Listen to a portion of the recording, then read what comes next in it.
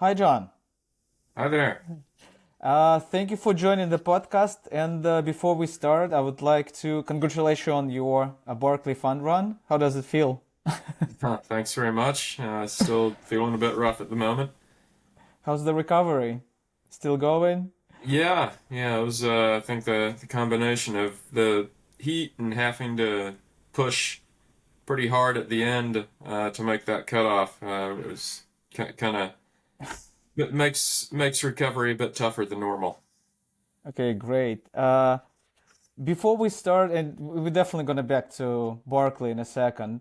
When I was preparing for the podcast, I was thinking how I'm going to introduce you to the audience, and the easiest way probably would be for you to introduce yourself. But if you had a chance in front of the entire universe, how would you represent yourself? Because I believe you're more than ultra runner. There is much more than running in your life. How would you present yourself? I'm a father of four and a data scientist and entrepreneur. So just someone that enjoys taking on big challenges and growing and seeing what I'm capable of. So there is no running so far. Well, the Or in, running's a big part of that last one. okay, you included in challenges. Okay, great. Going back to Barclay, it's been your numerous attempts so far. What's your goals for the Barclay in general? Are you planning to come back next year? I mean, have to see how the schedule works out every year, but it's effectively my home course and home race at this point. It doubles with a visit to family and a quick and easy trip for me. So, yeah, I mean, it's one that I certainly enjoy and would like to continue doing as long as I'm not just taking up space out there. Okay, great. Do you have any specific goal for the Barclay? Would you like to be Jared, fourth time finisher, or it doesn't matter for I you? mean, it's a year at a time. So yeah, Yeah. my goal is to finish each year. As of right now, if I do that again, then I would tie Jared for a number of finishes. But like I said, we'll just we'll take that a year at a time. Okay, great. Since you've been participating for quite a while, what kind of advice would you give yourself, having all this experience, before your first start? I'd say learn how to be uncomfortable and deal with setbacks and failures is a big thing. Things are never going to go to plan out there. And so you have to be able to adapt and be resilient, and that includes both mentally and as far as navigation goes. It's not a matter of just being able to stay perfectly on the line on the map. It's a matter of knowing where you are at all times and how to correct when things go wrong. And what's the biggest challenge was this year? Navigation or I mean, the course was just it was tough, and also the heat. I think people look at it and it's a nice sunny day in pictures, and I mean, it is. It's a beautiful day if you're just out at the park or going for a hike or hanging out in camp. But I mean, for pushing up those climbs and around those mountains, it's quite warm, and that's difficult to deal with. I think much more so than having it be cold or even having a bit of rain. yeah, I see. That's great. Since the course been changing every year, do you have any favorite part of the course that been repeatedly included in the race or Yeah, I mean, there's a section that is, there's one section that has been included every year that I've done it. what Um, it's called? What's the name? well, it's just the southern section Okay. of the course. I mean, it includes a number of things. So I mean, I do enjoy it. I enjoy the Big Hill climb up Chimney Top, um, and the Beach Fork section, but it's also it's difficult navigationally.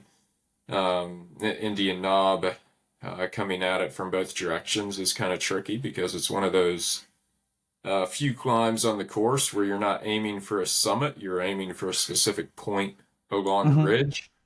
And so it's one of the only climbs where navigation is difficult. Most of the other climbs, if you're aiming for a summit, you just keep going up until you can't go up anymore. I see. If you're aiming for a spot on a ridge line, it's pretty easy to miss it left or right. Okay, I see. Going back to Barkley, do you have any rituals before the race? Something that you do specifically before the race? Mentally, maybe some preparation, No, or just not, carb loading, just I carb mean, loading and sleeping. yeah, just sleep as much as possible. I normally enjoy a good breakfast and kind of little run around my family's farm the day before the race, before heading out to camp. And then yeah, just get my maps drawn and get fed and get to bed. I see. Pretty straightforward. Yeah, Uh, there's not usually a lot of time for any ritual when there's you're woken up in and the only middle have of an the hour night. to get ready. It's different years that it's a late start and this year everyone's awake and has been waiting around for hours before the conch blows. Okay, I see. Uh, Leaving the Barkley a little behind, what's your next races this year then? Do you have any schedule for this year? Well, I'm returning to Tour de Géant again. That one's kind of the big monkey on my back that I haven't been able to have a good race there yet. I love the course and the area. It's just absolutely beautiful and a great experience, and hopefully I can tie that together with a good performance there this year as well. Okay, and what distance you running this time? Same one? 3:30, I think. Yeah, it's the 330 kilometers. I Okay. think it's realistically a bit longer than that, but that's kind of like Barkley. That's what they call it. Great. Do you have any other races this year, or it's gonna be your major one that you want to accomplish? Yeah, that's the main one.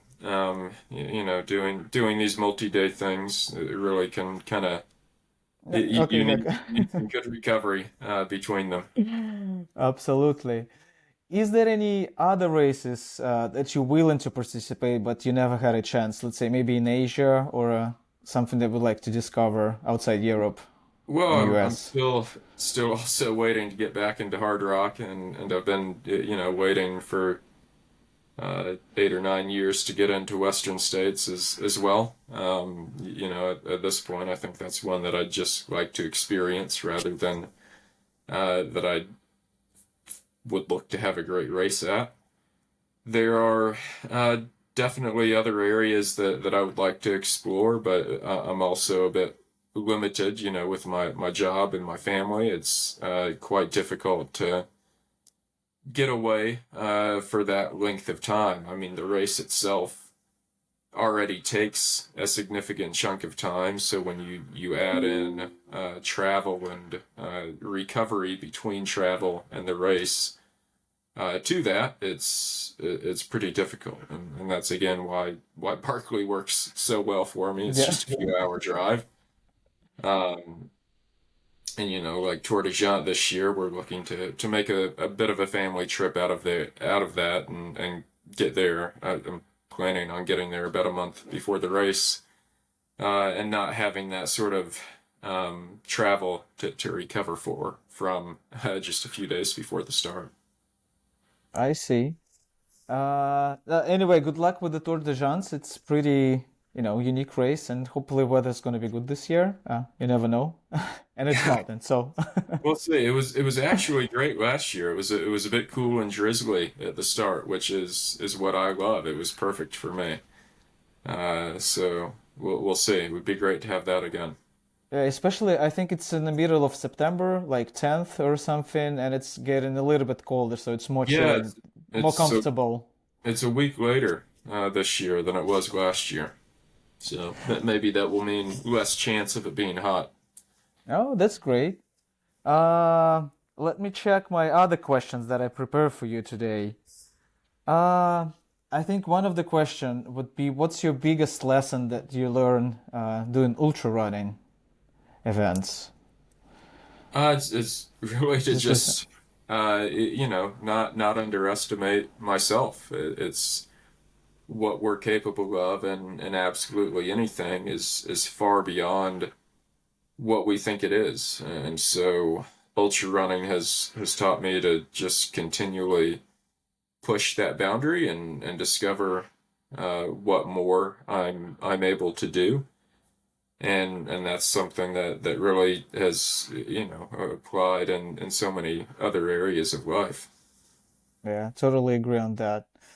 Uh, that's great. Since our project that I'm working on is related to the summits, would you name your favorites three summits that we're gonna add to the website? Your favorite climbs? Oh Like wow. it doesn't have to be in the US, it could be worldwide, it doesn't matter. Yeah. I mean, chimney top. I would have to add on there. It's the final summit on the Barkley Loop, and it also overlooks my childhood home. Um, and so that one is quite meaningful to me, and beautiful.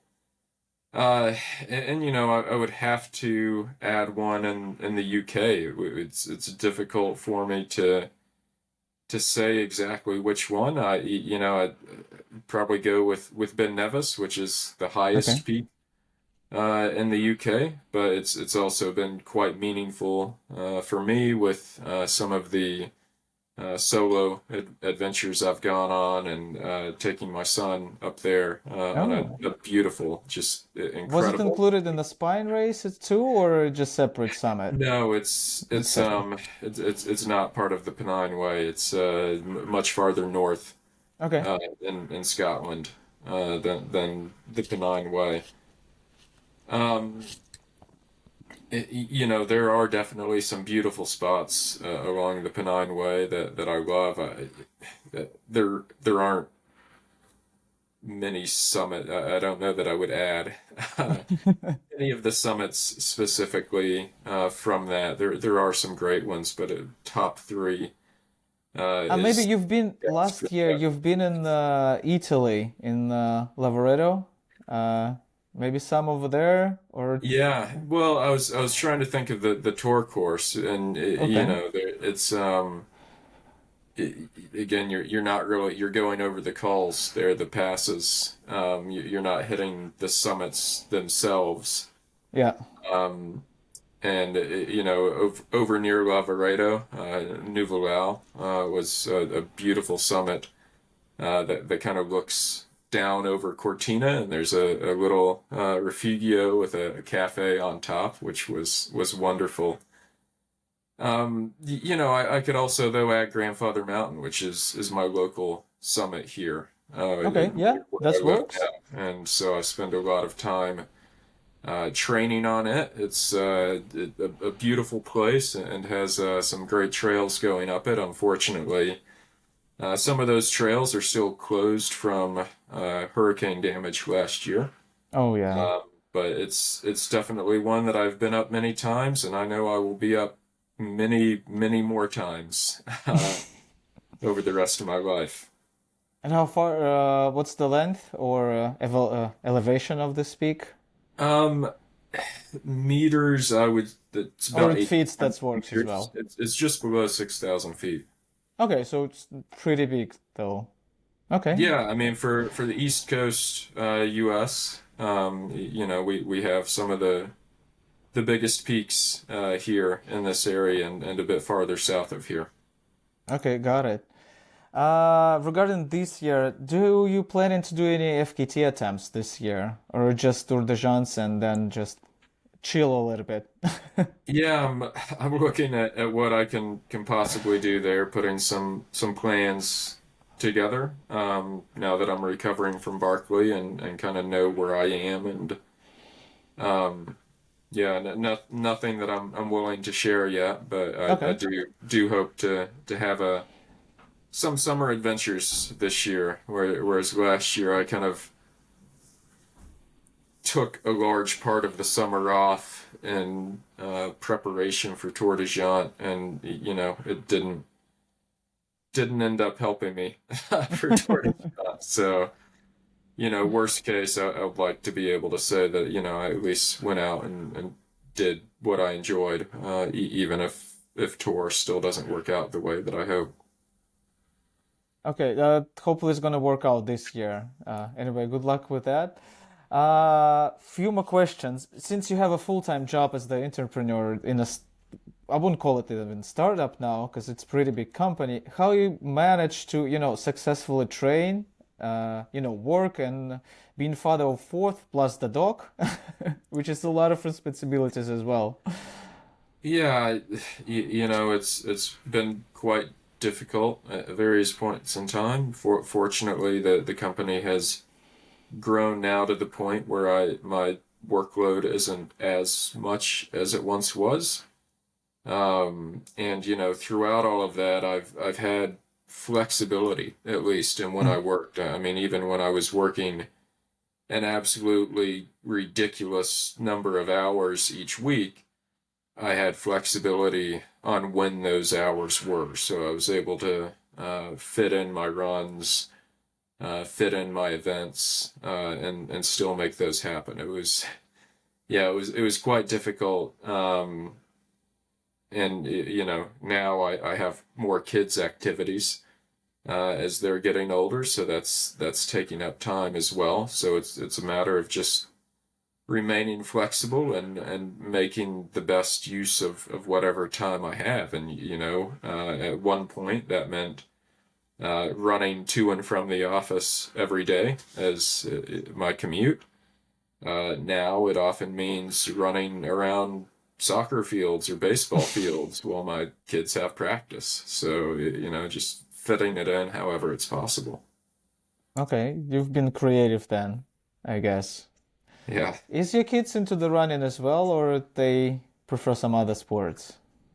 I mean, they're still too young to really be entirely focused on one sport. So, Yeah. I encourage them to try different things, and I do think that helps them learn and develop um, in a better way, and also discover what they really enjoy. So, they do enjoy running, they enjoy other activities and other sports, and we'll just kind of see in the longer term what sticks.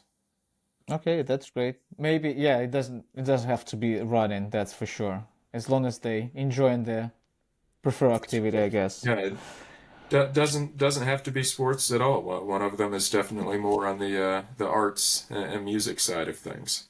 Yeah, why not?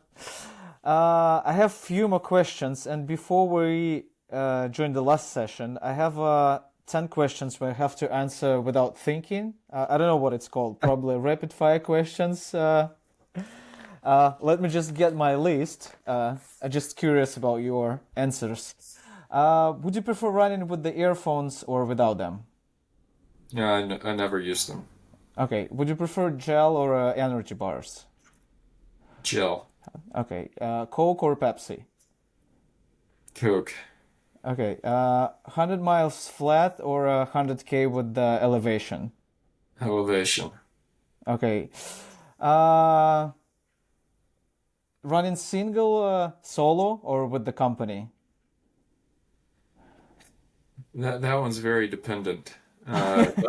Most of my runs are definitely solo, but I do enjoy company sometimes. Okay, would you prefer summer or winter ultra running? Winter, Okay, uh, winter in Alps event, I mean ultra running, or summer ultra in desert? definitely winter in the Alps. If you could choose, that's the last question. If you could choose one distance to run for life until the end of the days, what distance would you choose? Uh, it's not a set distance, but I would just say the multi-day distance. Multi-day. Okay. Okay, that works.